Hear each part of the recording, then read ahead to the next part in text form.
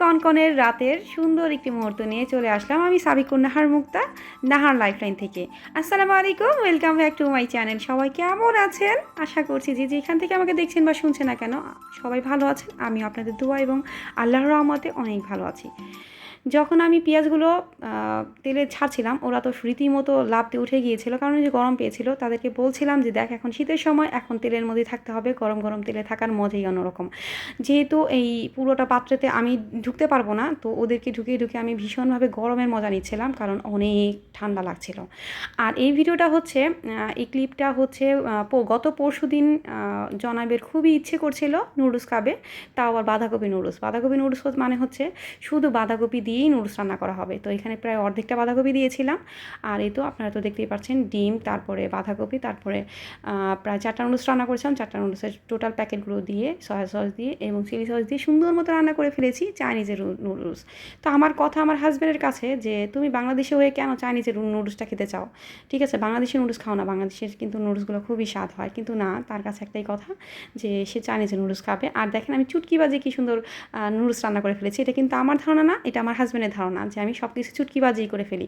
তো কী আর বলবো, আজকে তাকে চুটকির সেই কাজগুলোই দেখাবো যেগুলো করতে আসলে আমার একটু সময় লাগে না, জাস্ট চুটকি বাজাই এবং কাজ হয়ে যায়। ভিডিওর শুরুতে সকলের কাছে আমি একটা রিকোয়েস্ট করে দিচ্ছি, যারা যারা আমার ভিডিওটি দিতে এখনও লাইক দেননি, প্লিজ একটু কষ্ট করে লাইক দিয়ে দেন।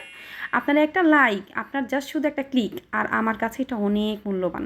আর যারা যারা এখনও সাবস্ক্রাইব করেনি, জলদি জলদি সাবস্ক্রাইব করে পাশে থাকা বেল আইকনটি ক্লিক করে অল অপশনটি অবশ্যই অন করে দেবেন। এই তো সুন্দর মতো বেড়ে নিয়ে এসে পড়েছি, কিন্তু নিয়ে আসার পর চিন্তা করছি যে আমি আমার হাজব্যান্ডকে একটু দেখা যায় একটু প্রপোজ করি। ঠিক আছে, তো ওকে হার্ট শেপ করে এখানে প্রপোজ করেছিলাম। আসলে আমি একটা জিনিস মনে করি যে ভালোবাসা প্রকাশ করার জন্য কোনো সময়ের দরকার হয় না। আর এই যে দেখেন, আমার আম্মুর যে আমি কি বলে গুপ্তধন আমি খুঁজতেছিলাম গাছের নিচে, সেটা কিন্তু গাছের নিচে না, সে কিন্তু আমাকে বাসায় দিয়ে গিয়েছিল। সেটা হচ্ছে এই যে স্বর্ণের, একদম 24 ক্যারেটের স্বর্ণের কাঁটা চামচ। তো আমার আম্মু আমাকে এখানে গুপ্তধন দিয়ে গিয়েছিল, আর আমি খুঁজতেছি ছাদের মধ্যে, এটা কি হতে পারে? আমি একটা সময় চিন্তা করতেছিলাম যে ছাদের মধ্যে ওপেনলি রেখে রেখে দিবে সবার সামনে, এটা কি কখনো সম্ভব? না। তো এই তো এগুলো কিন্তু একদম 24 ক্যারেটের, কিন্তু আমার কথাটাকে ফাজলামো হিসাবে নেবেন না, আমি কিন্তু খুবই সিরিয়াস। আর কাঁটাচামচগুলো কিন্তু আসলে অনেক সুন্দর। তো যাই হোক, যে টপিকে কথা বলছিলাম সেটা হচ্ছে ভালোবাসার এক্সপ্রেস করার। আপনি কাউকে ভালোবাসেন কিন্তু তাকে এক্সপ্রেস করছেন না, হতে পারে বাবা মা, ভাই বোন এবং হাজব্যান্ড ওয়াইফ, যে কোনো সম্পর্কই হোক না কেন, অবশ্যই এক্সপ্রেসটা থাকতে হবে। আমি তো এত এক্সপ্রেস করি যে রীতিমতো আমার হাজব্যান্ড পাগল হয়ে যাওয়ার মতো। মাঝে মাঝে সে ওয়াশরুমে যায়, ওয়াশরুমের কাজ করার জন্য, সেখানে আমি নক করে তাকে বলি, সে নক করার পর সে বলে কী হয়েছে, তো তাকে আমি বলি আই লাভ ইউ। আমি মনে করি আই লাভ ইউ এই শব্দটা বলার জন্য কোনো টাইম লাগে না, কোনো ওকেশন লাগে না, কোনো কিছুই লাগে না। জাস্ট আপনার যখন মনে আসবে যে আমার এই লাইনটা খুবই বলতে ইচ্ছে করছে, তখনই বলে দেবেন। আমার তো এই লাইনটা বলার জন্য খুবই ক্রেভিং ওঠে, আমি যখন তখন যাকে তাকে বলে বসি আই লাভ ইউ।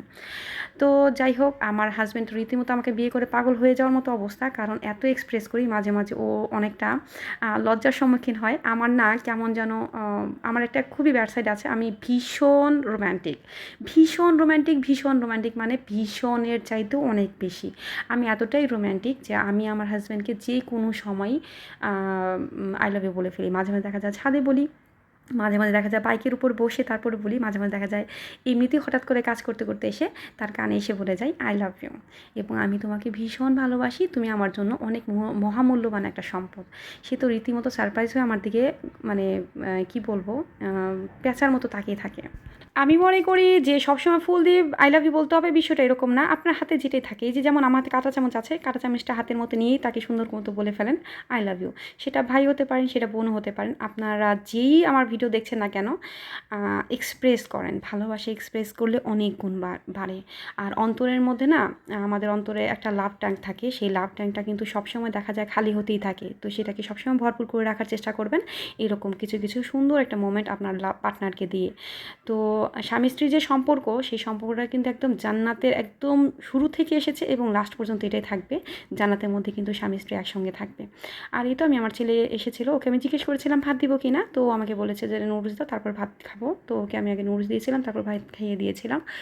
আর আমি যে কাজটা এখন করি না শীতের সময়, সেটা হচ্ছে রাতে ভুলেও থালা বাসন ধুই না, রাতে পানি ধরি না, কারণ রীতিমতো 440-র চাইতেও অনেক বড় ভোল্টেজের কারেন্ট খাই আমি পানি ধরতে গেলে, যেমন অজু করতে গেলে এবং এই থালা বাসন ধুতে গেলে।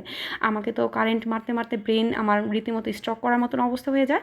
আপনাদের এই প্রবলেমটা হয় কি না আপনারা বলবেন। সারাদিনের মধ্যে শুধু দুপুর বাদে আমি এই 1000 ভোল্টেজের কারেন্ট শটটা সবসময় খাচ্ছি। যাদের যাদের এই শটটা খাচ্ছেন আমাকে অবশ্যই জানাবেন।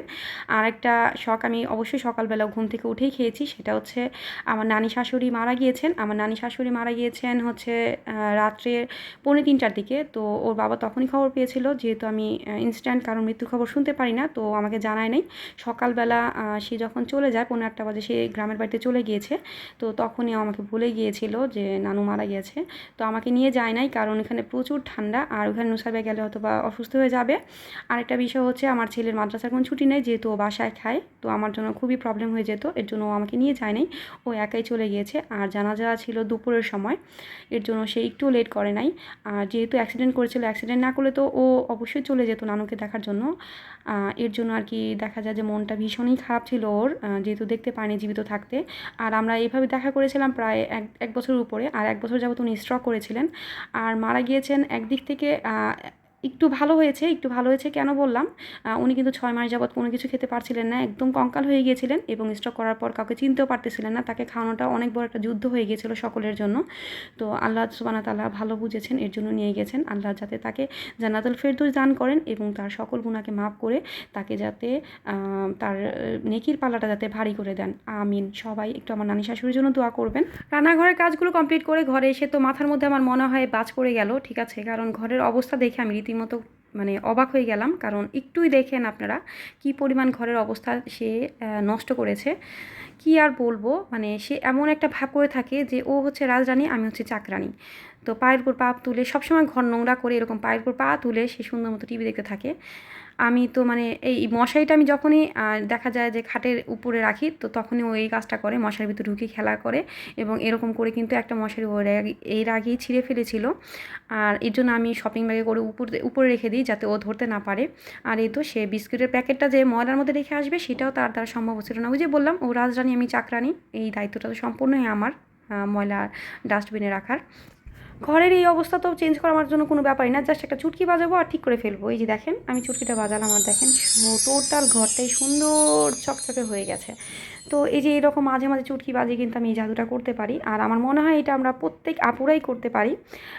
আমরা এই জাদুটা করে করে কিন্তু সারাদিন ঘরে কাজ করি, আমাদের কোনো কষ্ট হয় না, আমাদের কোনো ঘাম ঝরে না, আমাদের কোনো হাত পায়ে ব্যথা করে না, কোমর তো অবশ্যই ব্যথা করে না। আমরা শুধু চুটকি বাজাই এবং কাজ করে ফেলি। এইগুলো কিন্তু প্রত্যেকটা ছেলের ধারণা, প্রত্যেকটা মেয়ের ব্যাপারে খুবই জঘন্যতম খারাপ ধারণা। তো যাই হোক, খারাপ না, এটা একদমই রাইট ধারণা। এর জন্যই কিন্তু আমি দেখিয়ে দিলাম আমরা এইভাবে জাদু করি। আর এই যে ভিটামিন ডি নিচ্ছিলাম ঘরের মধ্যে, আমি কিন্তু এই ভিটামিন ডি নিতে একটুও কিপটেমি করি না, কারণ ধুলা যেরকম বিনা দাওতে আমাদের বাসায় খুব সুন্দর করে ঢুকে যায় এবং অনেকক্ষণ থাকে স্টেবল, কি তার ঠিক উল্টাটা হচ্ছে এই রোদ কিন্তু খুবই অল্প সময়ের মেহমান, তাদেরকে টেনে টেনে ঘরের ভিতর ঢুকাতে হয় শীতের সময়। তো আমি এটার ক্ষেত্রে একটুও কিপটেমি করি না, সুন্দর মতো জানালার সব পর্দা সব সরিয়ে দিই যাতে রোদটা ঢুকতে পারে। তো এক ঘরের কাজ শেষ করে একটু বসবো, এসে দেখি ঘরের এই অবস্থা। তো কি বলবো, আর আমার তো মাথা নষ্ট। একটা ঘর ক্লিন করে যা একটু বসবো, সেটা আর বসার কোনো কায়দা নাই। এই যে এখানে সে চেয়ার বসিয়ে সুন্দর মতো সাজগুজ করে সে আবার ওই যে জুতাটা রেখে গিয়েছে, এটা তো ডায়মন্ডের জুতা, ঠিক আছে, সেটাকে লুকিয়ে রাখতে হবে, সোফার কোনার মধ্যেই তার লুকিয়ে রাখতে হবে। কি আর করব, ঘরের অবস্থা দেখে আমার এখন রাগ উঠে গেছে। রাগ উঠে যাওয়াতে আমি সুন্দর মতো জাদু করে রাগ করেই কিছুটা আমি ঘরের ফার্নিচার উড়িয়ে উড়িয়ে এদিক থেকে এদিক সরিয়ে দিয়েছি। এবং এইগুলাকে শুধু উড়িয়ে ফেলি না, এইগুলাকে কিন্তু আমি ঝাঁটার বাড়িও দিয়েছিলাম কিছুক্ষণ আগে। আমি ইচ্ছা মতো ঝাঁটার বাড়ি দিয়ে এটার উপর যে মেহমান এসেছিল ধুলা বাবা, সেই ধুলা বাবাকে বের করে দিয়েছিলাম। আর এই তো আমি এখনও ফার্নিচার মোছা হয় না, জাস্ট শুধু গুছিয়ে রেখেছি। ফার্নিচার মুছে কিন্তু ঘরটাও মুছে ফেলবো। ঘর মোছা এখনও হয়নি, ঝাড়ুটা দেওয়া হয়েছিল শুধু। আর এই তো আমি টেবিলটা এখানে দিয়েছি, কারণ এখানে দেখা যায় যে এই সাইডটাতে আমি ফোন চার্জ দিই, ওর বাবা চার্জ দেয়। আর এখানে যে আমার মেয়ের দুটা পার্টনার আছে, সেই পার্টনার দুটাকে ঢুকিয়ে রেখেছি। আর এখন আমার ঘরে যে গেট আপ, এখানে মাশাআল্লাহ প্রায় 6-7 জন একসঙ্গে নামাজ পড়তে পারবো, অনেক বড় একটা জায়গা বের হয়েছে। ঘরের এখন যে সেটআপটা, এই সেটআপটা কেমন হয়েছে প্লিজ আপনারা সবাই জানাবেন। আপনাদের অপেক্ষায় রইলাম, আপনারা কমেন্টে জানাবেন ঘরের সেটআপটা কেমন হয়েছে। আপনাদের জানানোর আগে কিন্তু আমার এক ফ্রেন্ড এসে পড়েছে। আমার এই ফ্রেন্ডটার নাম হচ্ছে স্পাইডার। তো ও এসে পড়েছে, ঘরটা যেহেতু বড় একটা জায়গা হয়েছে, সে ঘুরে ঘুরে দেখছিল, অনেক বড় জায়গা, ওর হাঁটার জন্য সুন্দর একটা প্লেস হয়ে গেছে, এর জন্য সে ঘুরে ঘুরে দেখছে এবং সে কিন্তু রীতিমতো লাইক করেছে আমার এই রুমটাকে। আমি ইউটিউব স্টার্ট করেছি এটা কিন্তু ও জানতো না, তো জানার পরেই দৌড় দিয়ে চলে এসেছে। আর ঘরের যেহেতু স্পেস বড়, দুটো মিলেই সে একবার দেখতে এসেছে।